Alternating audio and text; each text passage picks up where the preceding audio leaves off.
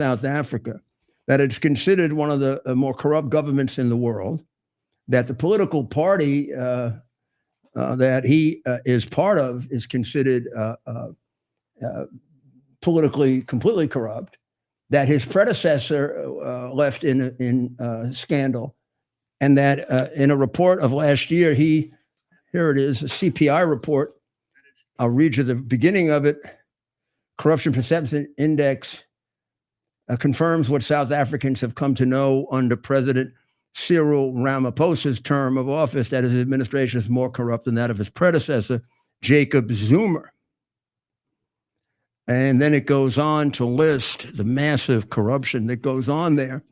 Now, it doesn't point out that during the same period of time, it became a mecca, a transshipment point for massive amounts of drugs.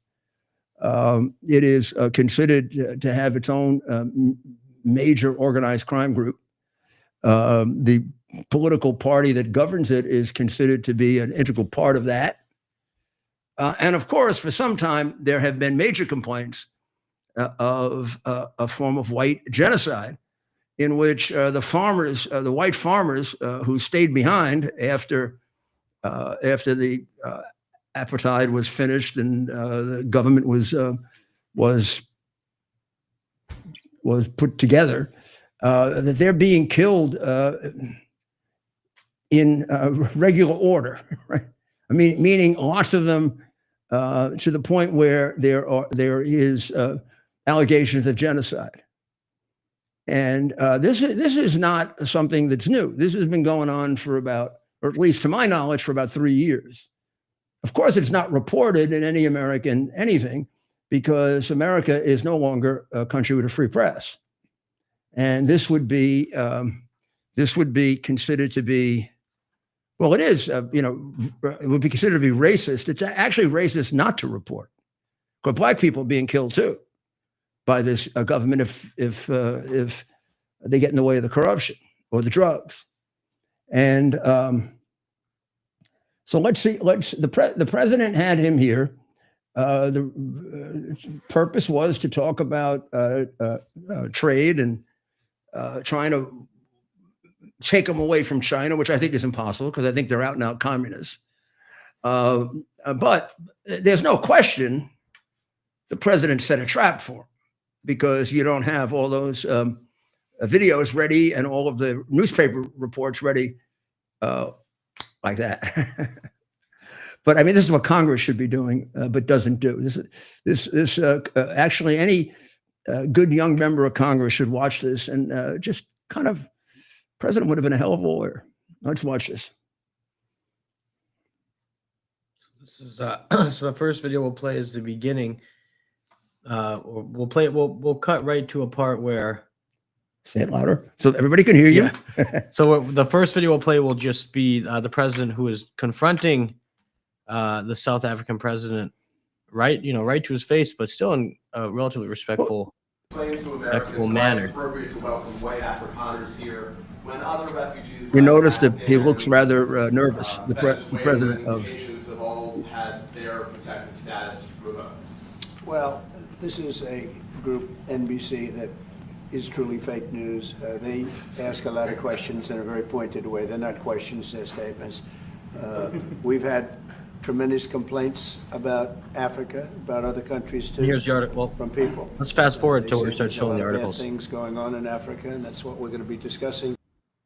NBC, because Brian Roberts and the people that run that place, they ought to be investigated. They are so terrible the way you run that network, and you're a disgrace. No more questions from you. Go ahead. Go ahead, talk about that. His name is Peter something. He's a terrible reporter. The president is saying that because preceding that, there was a video that showed people calling for the death of white people. There might have also been a video before that of graves of crosses along a highway where white people were buried, white farmers were buried. And on Sundays, their families go and park their car next to the grave and say a prayer. And this reporter asks about the jet Let's ask about the Cyril. ridiculous jet from white Afrikaners from here, when other refugees like Qatar, and Ramaphosa said, if I had one, I'd give you one. Here's a report. Venezuelans, Haitians have all had their protective status revoked. Well, this is a group, NBC, that is truly fake news. They ask a lot of questions in a very pointed way. They're not questions, they're statements. We've had tremendous complaints about Africa, about other countries too, from people. They say there's a lot of bad things going on in Africa, and that's what we're going to be discussing today. When you say we don't take others, all you have to do is take a look at the southern border. We let 21 million people come through our border, totally unchecked. Trying to get to the part where And they're fleeing South Africa, and it's a very sad thing to see. But I hope we can have an explanation of that, because I know you don't want that. It's a kind of a different meeting. Normally we have meetings, we talk about trade, and we'll be talking about trade. I don't know. Okay. Mr. President, the Pentagon announced that it would be accepting a Qatari jet to be used as Air Force One. Perhaps What are you talking about? Can we have a South Africa question, please? Mr. President, the Pentagon spokesperson. What does this have to do with the Qatari jet? They're giving the United States Air Force a jet, okay? And it's a great thing. We're talking about a lot of other things. It's NBC trying to get off the subject of what you just saw. You are a real, you're a terrible reporter. Number one, you don't have what it takes to be a reporter. You're not smart enough. But for you to go into a subject about a jet that was given to the United States Air Force, which was a very nice thing, they also gave $5.1 trillion worth of investment in addition to the jet.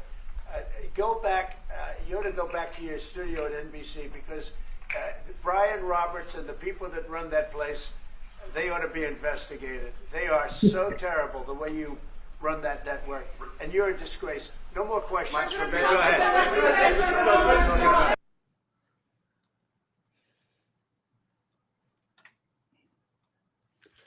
So yeah, that was Peter Alexander, and then we wanted to play president's response. And now, can we show the video? Right. So then this is so the president then we'll show where the president starts to show the video, and then we'll cut to the video itself, parts of the video that we have itself. Who are you to tell us whether we can occupy land or We have thousands of stories talking about it, and we have documentaries, we have news stories, and that. Is Natalie here? Somebody here to turn that? I could show you a couple of things, and it has to be responded to. Yeah, sure. Let me see the articles, please, if you would, and turn the lights down, and just put this on. It's right behind you, Johan. there's nothing this parliament can do. With or without you, people are going to occupy land. We require no permission from you, from the president, from no one. We don't care. We can do whatever you want to do. Who are you to tell us whether we can occupy land or not? We are going to occupy land. Yes. South Africa. Here's the There's video. nothing this parliament can do.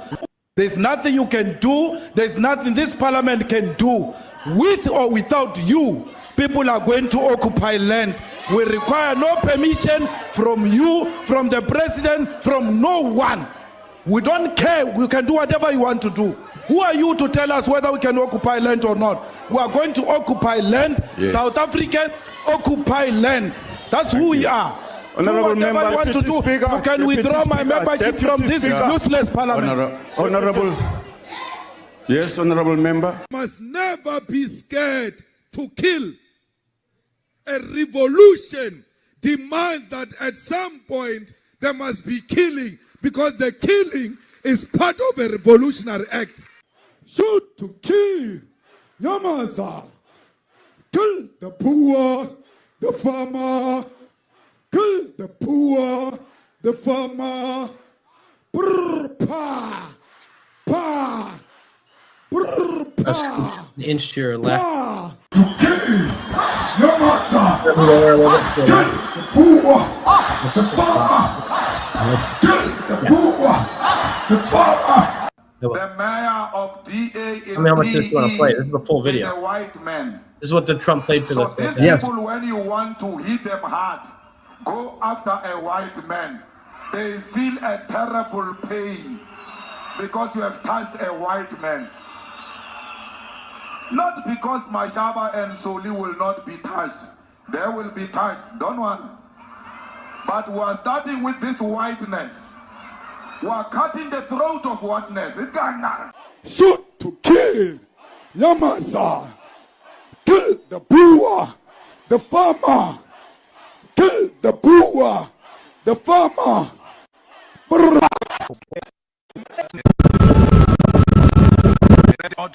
If they object, they can seek refugee in America.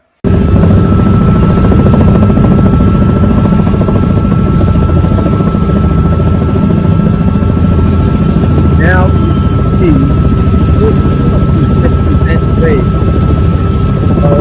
white people, white farmers who have been murdered in South Africa as part of the genocide they deny.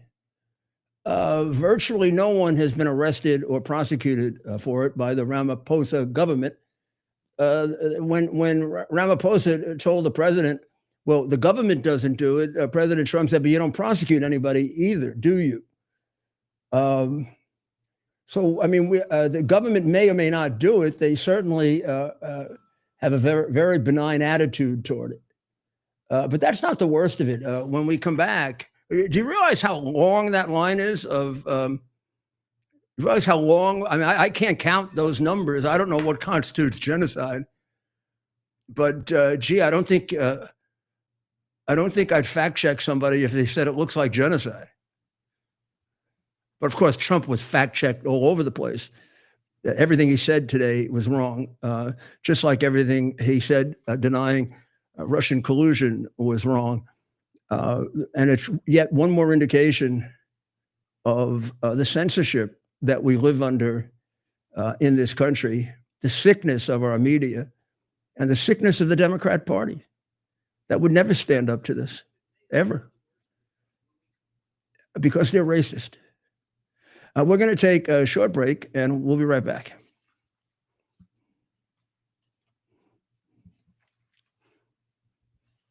U.S. Army Major Scott Smiley paid a high price serving our nation.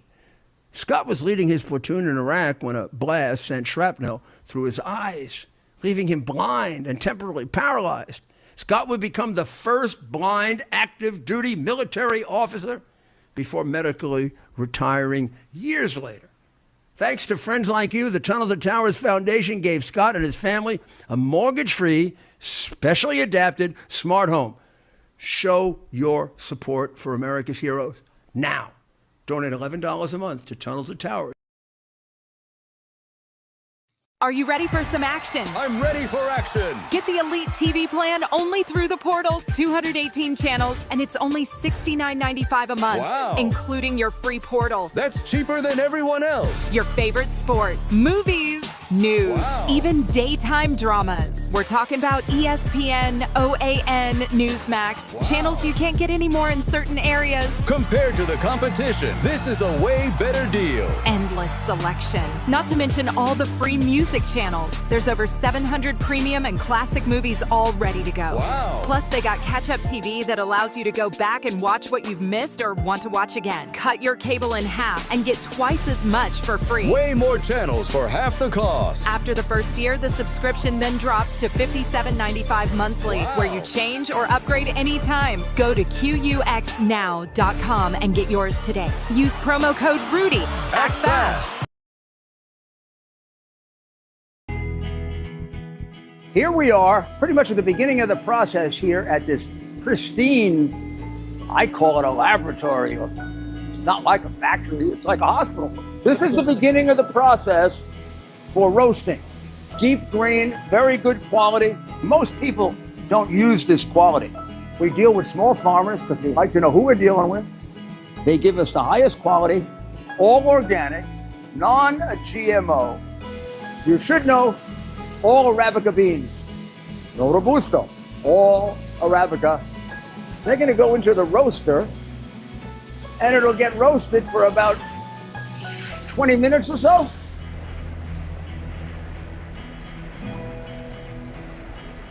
Oh my goodness, look at these. My goodness.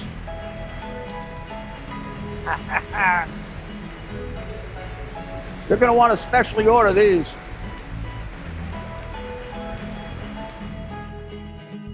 This is what goes into Rudy's coffee.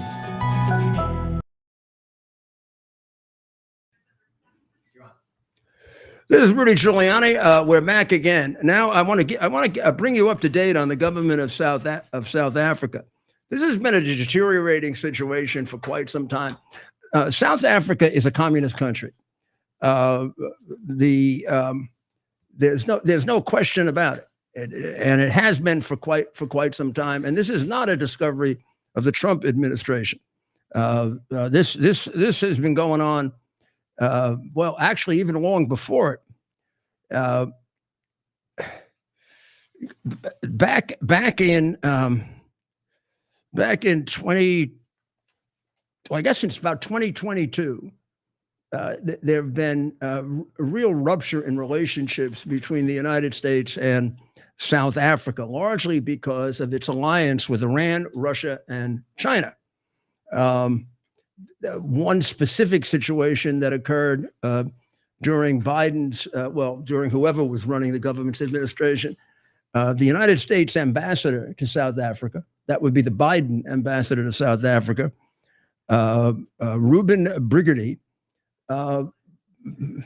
said that the country of South Africa was supporting Russia directly in the effort against Ukraine, including supplying them with weapons. He said that South Africa permitted the loading of arms onto a Russian cargo ship docked secretly at a naval base near Cape Town. That was in December of 2022.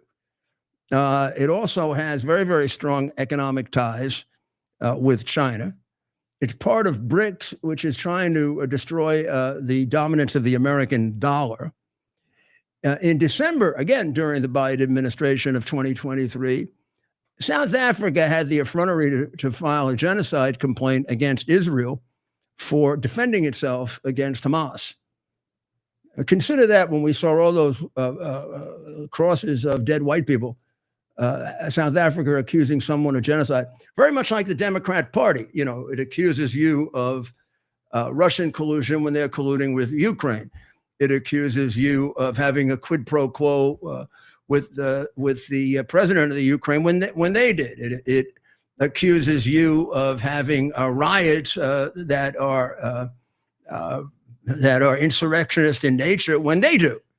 And the reality is, it's really because it's a common Marxist technique, and they're Marxists. They've been Marxists for a long time. Our racism prevents us from acknowledging that. Would you take a look at that picture?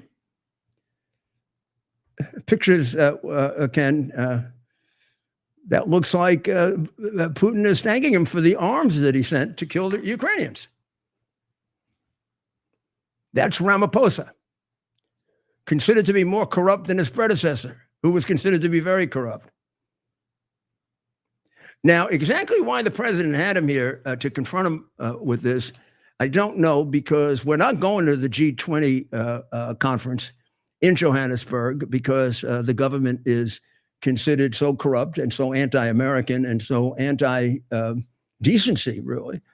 We're probably on the verge of announcing even further sanctions against them. I think we have some already. And probably trying to cut them off from the trading system.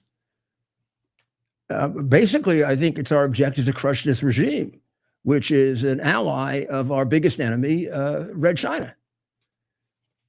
But I'll tell you why the president did it. You want Giuliani's guess? Of course. Because it wouldn't get out unless he did it. It's an outrage that this hasn't been an international story for 3 years, that white people are being killed like this. Doesn't matter if they're white or black or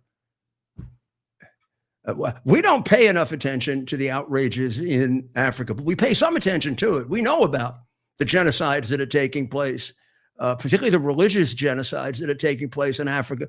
We don't know about it in the detail we probably should, but we do know about it. This is hidden, and it's virile, and it's ongoing, and it's inhumane, and it's indecent, and it hurts this country because they help China and Russia.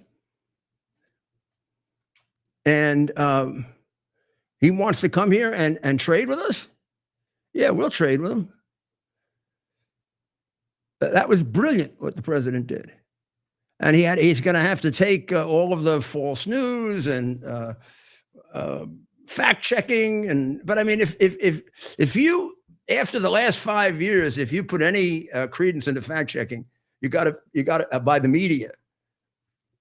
Well, go back to school, huh? Go get educated again. So the story's out. The black government of South Africa certainly permits, whether it encourages or not, we don't know, but it certainly permits the slaughter of white people to take their farms away from them.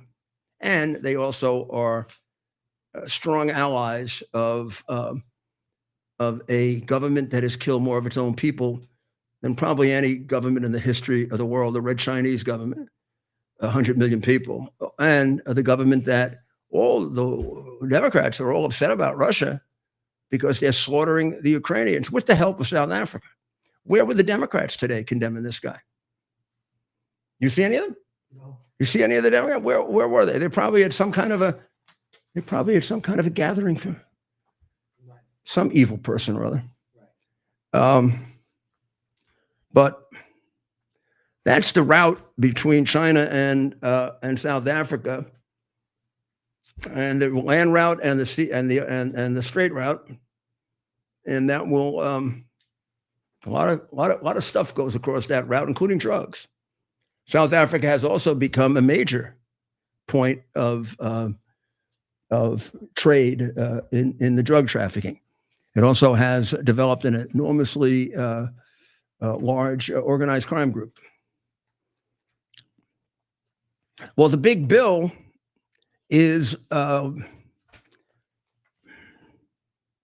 it looks like it's going to get out of the House. It looks like the SALT cap may have to go up to 40,000, which is a shame, really. It was 10,000. What the SALT is, you cannot deduct from your federal income tax your state and local taxes that you pay. You used to be able to deduct all of it. Now, what did that do? That subsidized the states like New York, who tax you, take away more than half of your income, which I think is makes it a socialist or communist state. I think taxing is absolutely appropriate, absolutely necessary. When I'm working for the government because they're taking more of my income than I have for my family, then it's no longer a free democratic republic. It's something else. If they're taking 55, 60% of my income and my family gets 30 or 40%, who am I working for? If I'm a government employee, that's one thing, but we're supposed to be largely a free enterprise country. That's what's made us great. What's crushing us is the gigantic size of the government, built largely by the Democrat Party and uncontested often by the Republicans. And this is the problem we have with this bill. There are Republicans in good faith who don't want to vote for this bill because it retains a lot of the big government aspects. But you can't do it all at once. You can't take it apart all at once. You can't solve the deficit all at once. We would destroy ourselves if we tried to do that. We're gonna have to do something intelligent, which is cut somewhat, spend somewhat to get the economy to grow. We have to not just cut our way out of it, we got to grow our way out of it. And so that our country can be prosperous. And the extremists on both sides, the The big government people want the government to solve the problem. And the two insane far righters want the government to go away like this. Well, it can't go away like this. It can go away like that. And then it can do this really well. And what's this? This is foreign policy, protecting our borders, precisely what the Democrats don't want to do, keeping us safe, and fulfilling the very, very specific duties entrusted to it by the Constitution, and those alone. If it does that, we'll get out of this, but we're not going to get out of it in a day. So it looks like it's going to pass the House, but when we checked with Allison, who is our reporter at the Congress for Lindell TV, she is afraid that it might not pass the Senate because, of course, Rand Paul is against it. Rand Paul is now against everything. I don't know, just against everything. And Ron Johnson, which I'm surprised at. Ron is probably one of the most sensible and best members of the Senate. And I suspect something can be worked out with him because he's too logical to realize that the price of this would be a massive tax increase, which would crush us. And this has to be done in stages. And maybe this isn't a big enough step for him, but I'm sure Ron could be convinced that the president is certainly willing to take more steps in this direction.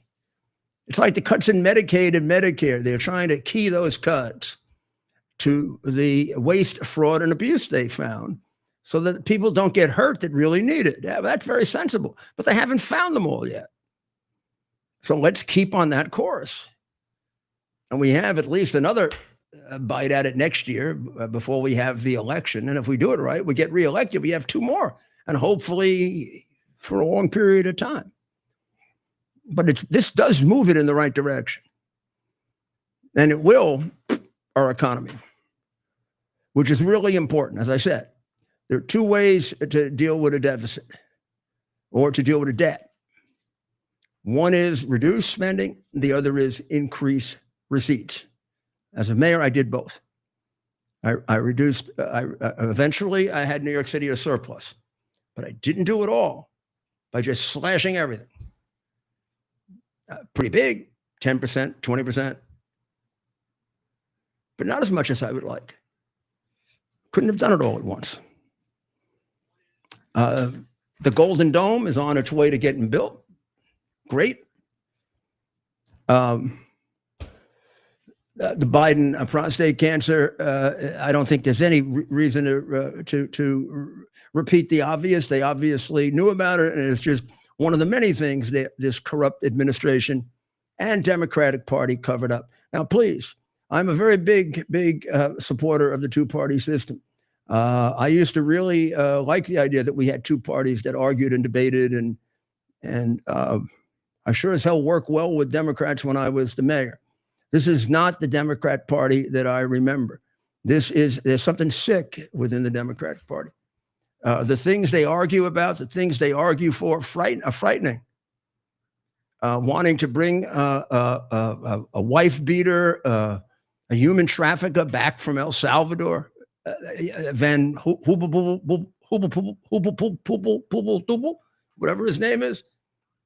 I mean, where does that guy come from? What do you want to put him next to me? How about next to you? You could smack his wife around a couple more times, or what? Drive a couple more kids,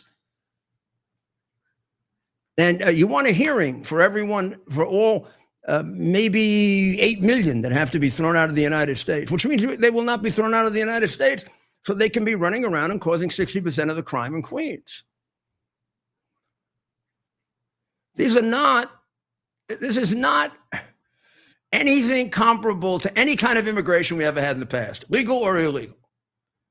These are disproportionately large numbers of criminals, because when you open a border with no scrutiny, you invite the worst people to come in, and they came in. And that's not to mention the terrorists we let in and the fact that America is now the biggest country for human trafficking as a result of not just Biden, but the Democrat Party. They all lied about it. That's why I say there's something sick within that party. It isn't just Biden. It's Pelosi. It's all the people who vote, in that block formation for open borders. Almost no one votes against the insanity of the Democrat Party. Look at what Schumer turned on his own people in order to stay in lockstep with this crazy party. So, Israel is,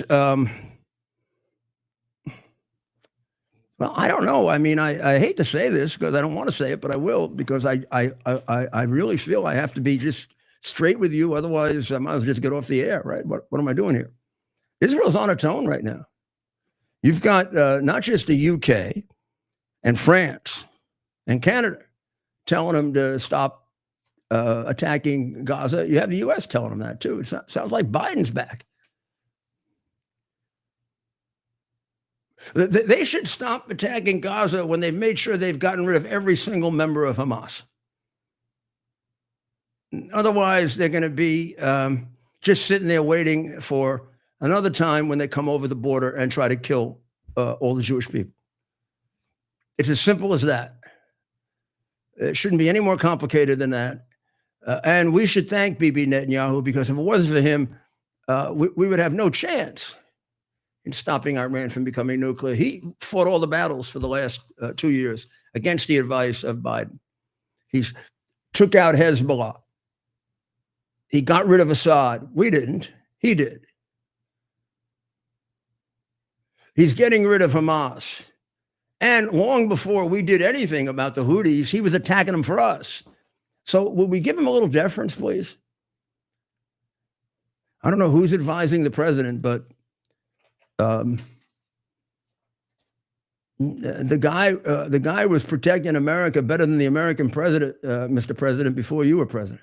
I mean, Bibi.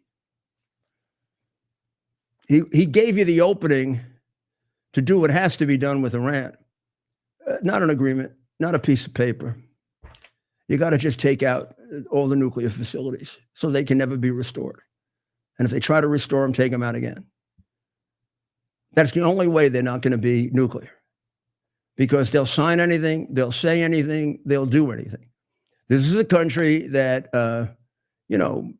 hasn't killed as many of its own people as China, but a couple of million is pretty good, huh? And they've also killed a lot of Americans. Why we're giving them all this rope, I hope it's to hang themselves. You're only going to achieve peace in the Middle East when you get rid of Iran. Reign of terror. Not the people of Iran. People of Iran are ready. Just look at the protests. Well, you don't get to see the protests again, like you didn't get to see all of that video because some of the networks covered it up. Also, now the U.S. hasn't joined this, thank God. Britain and France and Canada have threatened Israel with sanctions. I think if they sanction Israel, we should sanction them. Britain, France, and Canada. All three of which are run by flaming, well, in the case of Britain and Canada, flaming socialists. And in the case of France, I don't know what Macron is. You know what Macron is?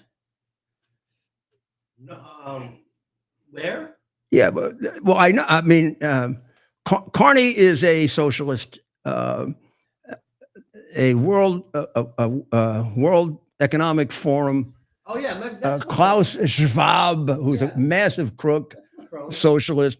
Britain, that guy is a socialist. I think Macron is nothing. That's what Macron is. He's a liberal. He's definitely a big liberal, but like at the international level, so it's like I know. I always thought his wife ran the government. Actually, every time I'm there. So why don't we have a little fun? This is definitely a breaking piece of news. Donald Trump declares war on Mexico after attack on Brooklyn Bridge. I'm going to show you where this comes from now. This comes from the Babylon Bee, which is reprinted in the New York Post. I took a few of them out. Caitlin Clark indicted for murder after fouling Angel Reese. And how about the best of all? Karine Jean-Pierre insists Joe Biden is cancer-free. Now that's a good one. Is that a good one? That's exactly what. That's yeah. I mean, well, that's as long exactly as as long as we're giving the president advice, to whom I tip the hat that I don't have on for his excellent expose of genocide today, by a communist, corrupt government. Let me also give him some advice. Oh, I already did.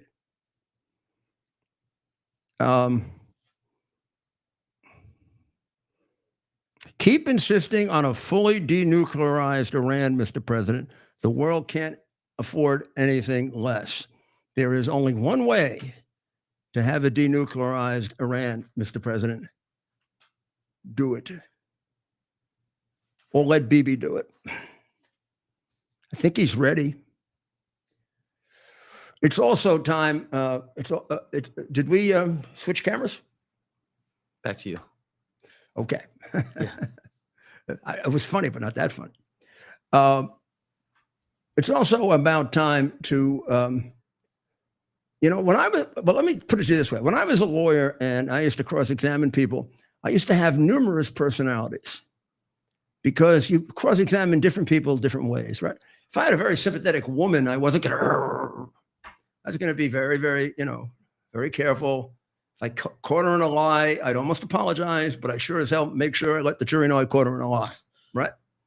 And if I had a very real smart alecky kind of person who thinks they're smart, I play dumb for the first half of the cross. I make even a couple of mistakes so that they could start getting smart assy with me, and then I kill them. And if I had a real miserable murderer, criminal bum, I would rip them apart from the beginning of the cross-examination to the end of the cross-examination. Or if I had a congressman, I would just wait for them to lie, because they all do. I found the easiest people to cross-examine were politicians, because they all lie, and when you catch them in it, they fold. I even had one plead guilty on the witness stand, a congressman. The reason I'm telling you that is, even as mayor, I remember when September 11 happened, people said, we never knew that he had such a humane, decent side. Well, I don't know. They never wanted to see it. They never were with me the 50 times I was at the bedside of a firefighter or police officer or trying to help a woman who had been battered and beaten. They never saw that because they didn't want to see it, because I'm a Republican. Well, Mr. President, we got to change the Putin thing. He's not our friend. He's not your friend. He's not a nice guy. He's not a guy you'd want to have a drink with unless you had to in order to outfox him. And it's time to bash his country in. Boom. It's about time to hit him with sanctions, secondary sanctions. That means anybody that does business with Russia is cut off. It means they get sanctioned for doing business with Russia, which means Russia will do business with. Nobody can buy oil from Russia. Nobody. Until they make a realistic peace with Ukraine. And if they want to lay out what they want, we should lay out what we want. I'll lay it out. I know what I want.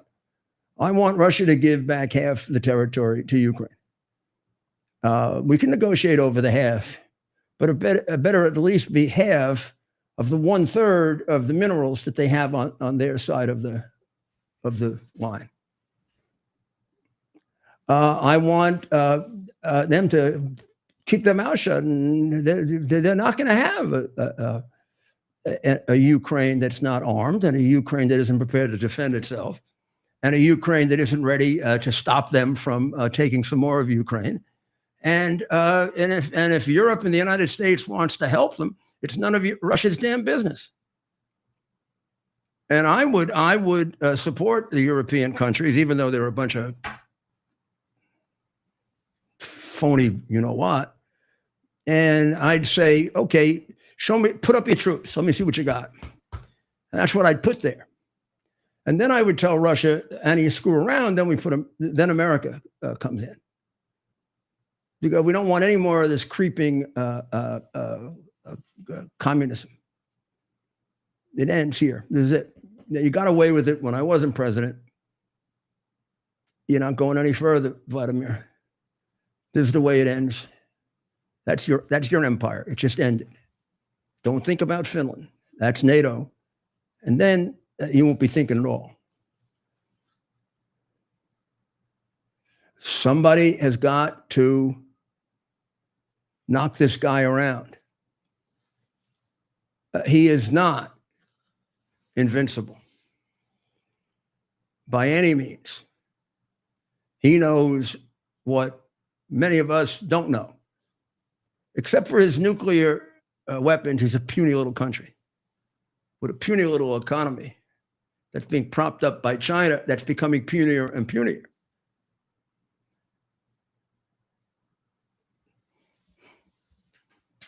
So I also think it would go a long way if we showed what we can do to Iran. I think it would wake up Putin, it would wake up Xi Jinping, and it would put something behind the tough words.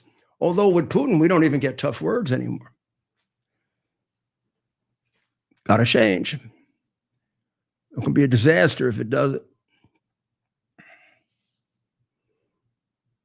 Syria is reported to be in imminent danger of collapse.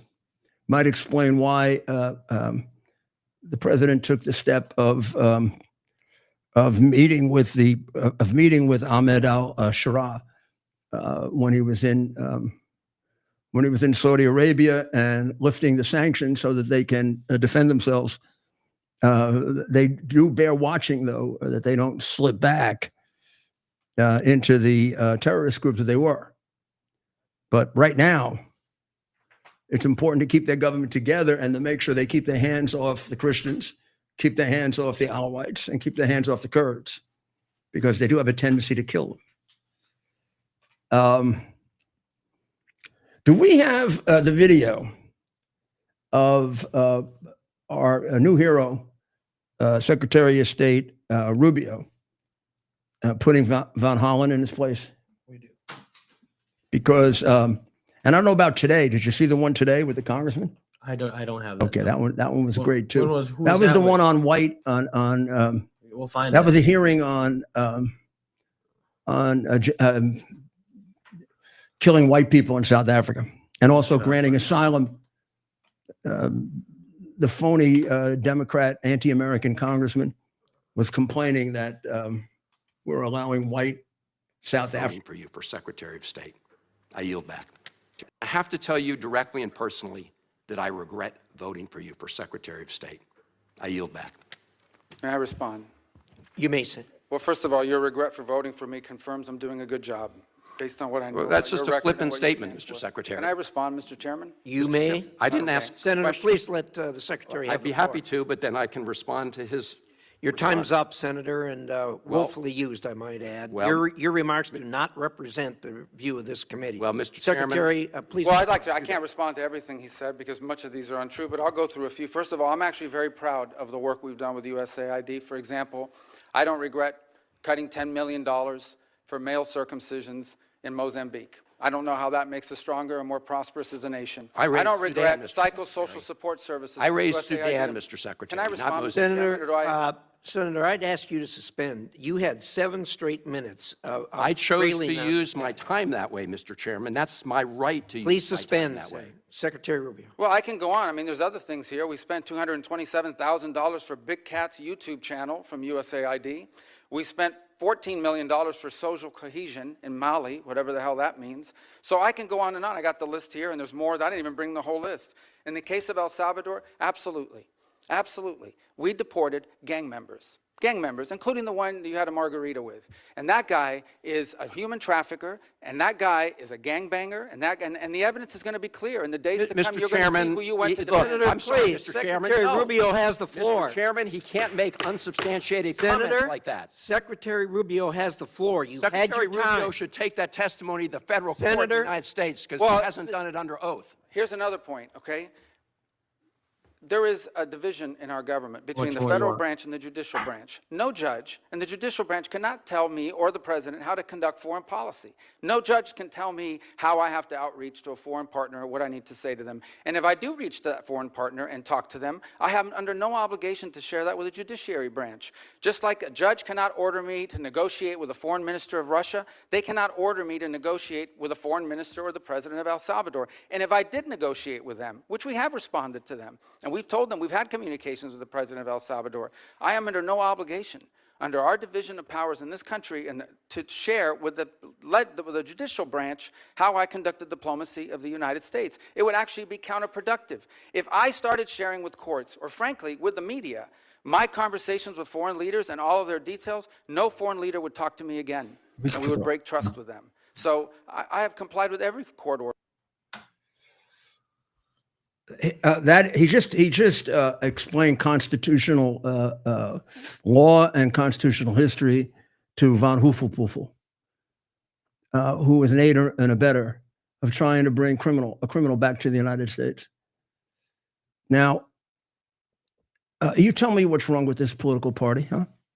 We've got in New Jersey, we've got this ridiculous, crazy situation of a mayor and a member of Congress attacking an immigration facility on the theory they have a right to inspect it. Well, members of Congress don't have a right to crash into prisons. When I was United States Attorney, of course, they had oversight responsibility, but they didn't have the right to crash into my office and listen to my secret conversations trying to put criminals in jail. Hell no. Most of them would give it over to the criminals that I knew in New York. Jeez. I wouldn't have many. When I was the U.S. Attorney, I wouldn't want any number of the members of Congress to know my secret conversations about how I was trying to trap the mafia. Who knows what the hell they do with the information? I mean, you can't imagine in Congress the number of people who take graft, take money. Now, the foreign policy of the United States is entrusted to the executive branch of the government. It shares a little with Congress, none with the judiciary, none. That's the words of a well-educated American lawyer. On the other hand, I'm asking you this question, and I want to show this McIver woman who is under indictment now because we've got a U.S. attorney in Newark who's got guts for attacking federal agents. That's what she's doing. She's complaining about the illegal. First of all, they're there complaining about the illegal migrants, the illegal aliens who are in detention. I don't know what they're complaining about. They're illegal. I built illegal detention facilities for illegal migrants. I put thousands in there. When the Mariel boat lift occurred, when the Haitian trafficking occurred, the Chrome facility in Florida I built when I was Associate Attorney General. I fought those battles in court. I never remember a congressman, even Democrat, trying to break in. If he had broken in, Ronald Reagan would want to see him in jail. So what's that? And O'Neill would say, gee, boss, I'm against you on lots of stuff, but I'll take care of that jackass for you. I'm talking about Speaker O'Neill, who was an American. These people are attacking and trying to break into what in essence is a jail. Well, they have subpoena power. They can arrange for times to go in. Just because they're a member of Congress doesn't mean they have access to every, they can't go on any military base they want. Yeah, would you like to let them into one of our nuclear facilities? I sure as hell wouldn't. So let's watch this. And you tell me, this is systemic in among Democrat politicians now, this kind of conduct, what we're watching right now. Let's put I don't want to call her by her nickname because I'll get in trouble, but McIver on.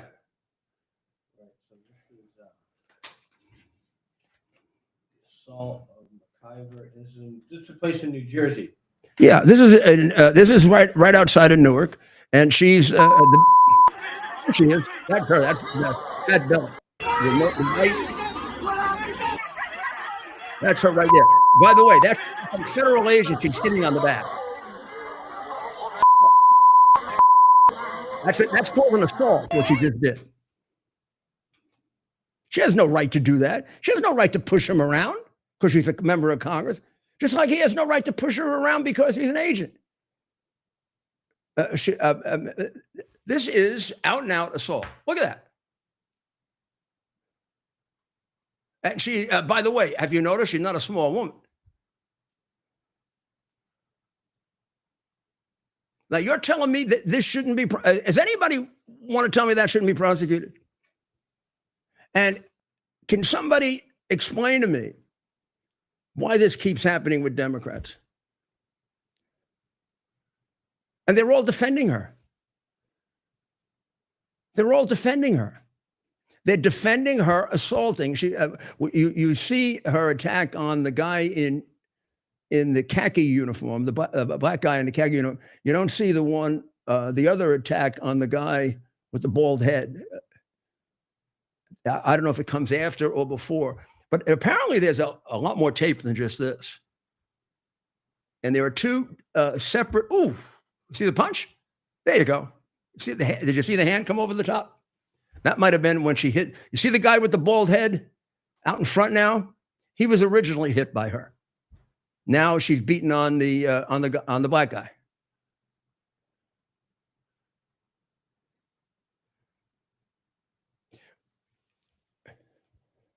No one is above the law. No one is above the law, Congresswoman. You've just been in Congress, half a year, and you're already beating up on law enforcement. And this is in defense of illegal aliens. Who knows how many crimes the people in there committed?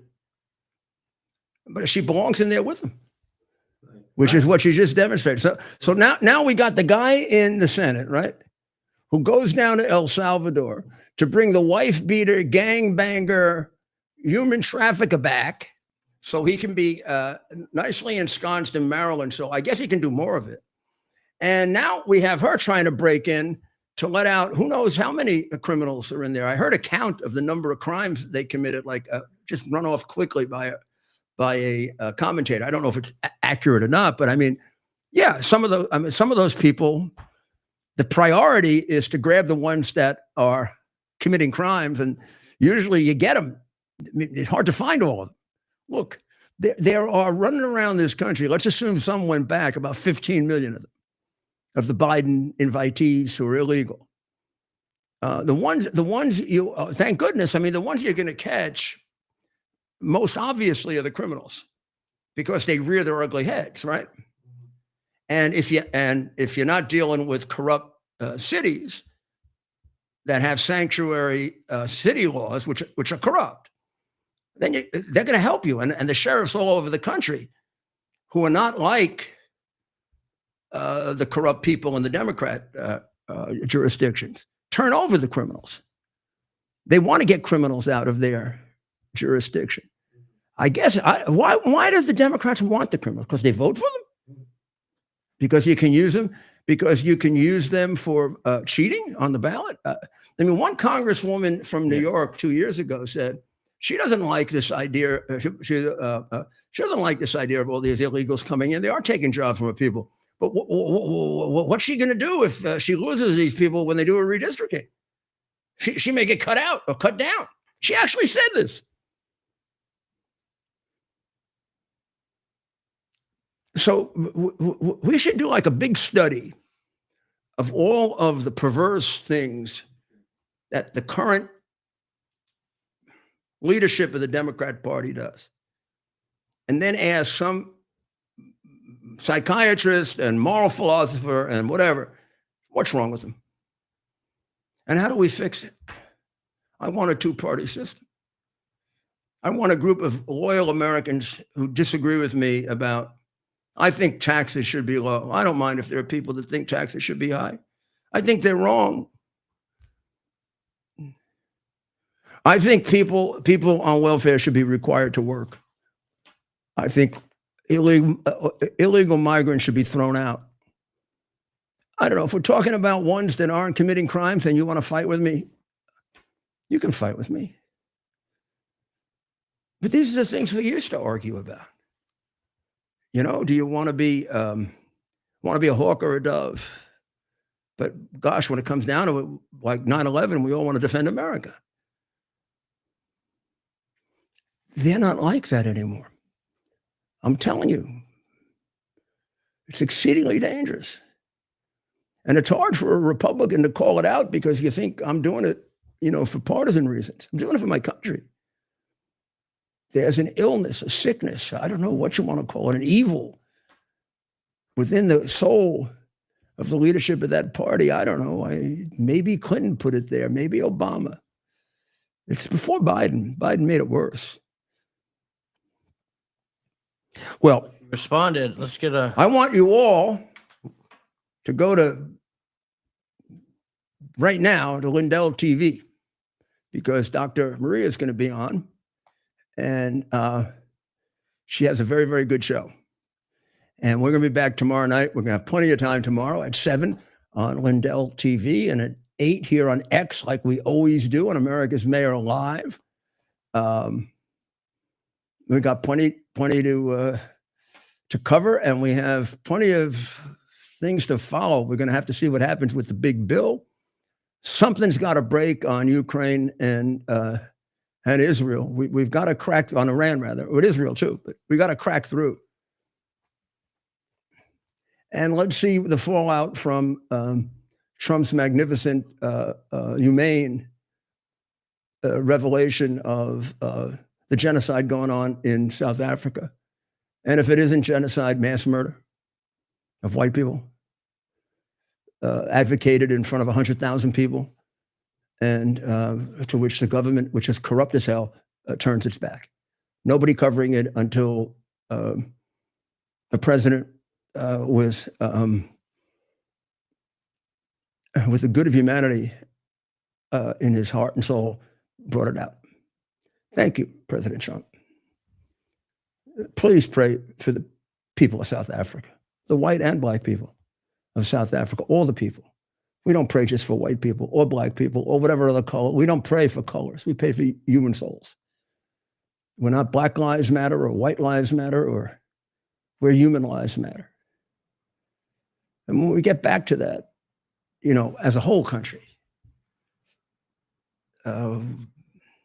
be a lot better for our children. So pray for us, please. All pray to God for everyone now. We really need it. This world's in a lot of trouble. And it's got a way out. And there's a guy pointing the way out. And he's sitting in the White House. He puts on a magnificent performance every day in that Oval Office. God bless America.